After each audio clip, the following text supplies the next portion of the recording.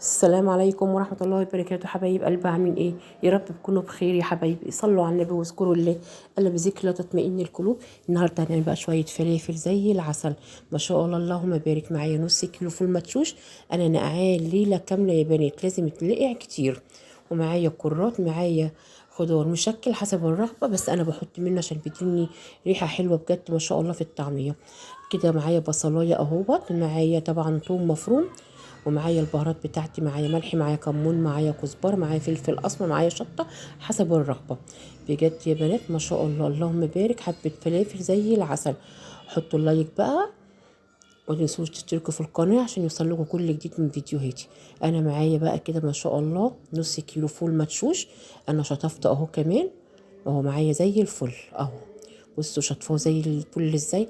انزل بقى عليه البهارات بتاعتي، البصلايه بتاعتي، معلقه توم كده، نص معلقه توم مفروم، معايا الكرات بتاعي ربطتين، ومعايا طبعا ايه يعني كام عود خضار مشكل كده، معايا الكبه بتاعت القمر الصغنونه دي بقى كده.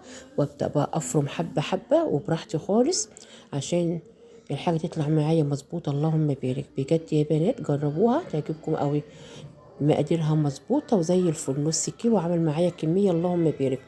حطيتوا بقى اللايك ولا لسه؟ وصلوا على النبي وصلوا على النبي كده. واذكروا اللي قال بذكر لا تطمئن القلوب. بصوا بفرمها بقى واحده واحده، طبعا معلش بتقعد معايا فتره كده عبر ما بوصل للقوام اللي انا عايزاه، او اوصل يعني عاوزاها تبقى ناعمه. فافضل اضرب فيها كده واحده واحده مع راحتي، واريح الكبه شويه. ما شاء الله بجد يا بنات، اوفر واحسن من بره. دبري ووفري واعملي حاجتك في بيتك بنظافه. طبعا هحط حبه ميه زي ما انتم شايفين كده، عشان اقدر اساعد الكبه على الفرن.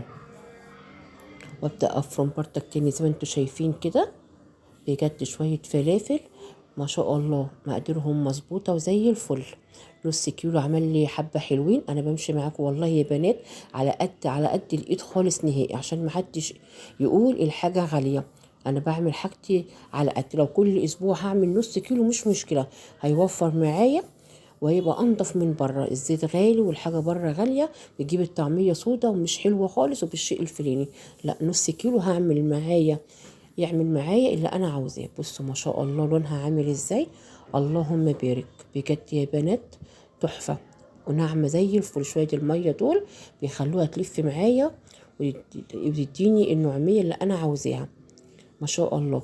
هفهم طبعا الكميه دي كلها عشان ما اطولش عليكم الفيديو وارجع لكم تاني.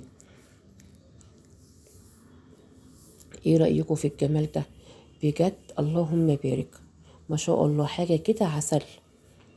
انا عملت معاكم الفول المدمس، وعملت معاكم الطعمية اهي، دي تفريزات رمضان ان شاء الله بإذن الله. كل سنة وانتم طيبين ويعود عليكم الأيام بخير.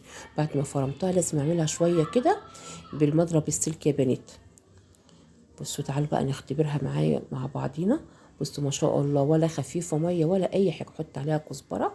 وتعالوا بقى ايه نجرب كام واحدة مع بعض كده. معايا طاسة زي الفل اهو على الزيت، رشيتها كده بشوية مية عشان الزيت يقدح معايا.